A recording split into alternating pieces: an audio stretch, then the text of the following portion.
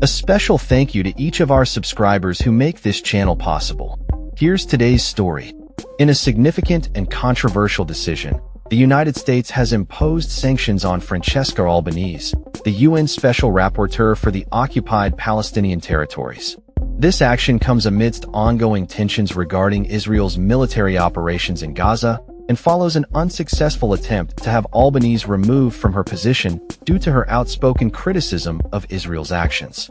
Albanese, a well-respected human rights lawyer, has consistently labeled Israel's military campaign in Gaza as genocide and has expressed support for the International Criminal Court's arrest warrant against Israeli Prime Minister Benjamin Netanyahu. The sanctions were announced on Wednesday by Secretary of State Marco Rubio, marking what is believed to be the first instance of the U.S. directly sanctioning a UN representative.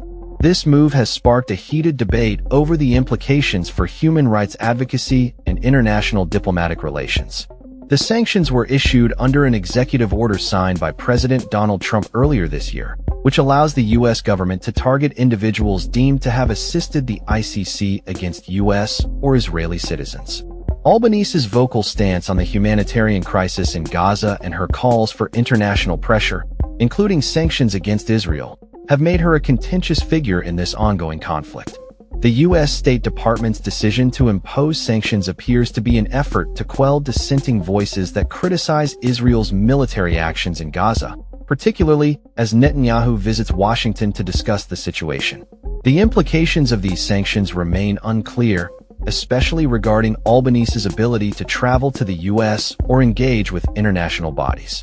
Albanese's reports have highlighted the role of various Western companies in supporting Israel's military efforts, raising concerns about complicity in alleged human rights abuses.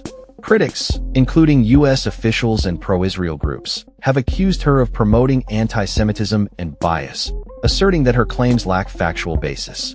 In response, Albanese has defended her position, stating, "We must stop this genocide, whose short-term goal is completing the ethnic cleansing of Palestine." The ongoing conflict, which began on October 7, 2023, has resulted in significant casualties, with reports indicating that over 57,000 Palestinians have died as a result of Israeli military actions. As the situation continues to evolve, the sanctions against Albanese serve as a focal point for discussions about the balance between national interests, human rights advocacy, and the complexities of international diplomacy. That's all for this story. We upload videos every day covering many different subjects, so hit that subscribe button to stay informed. Thanks for watching.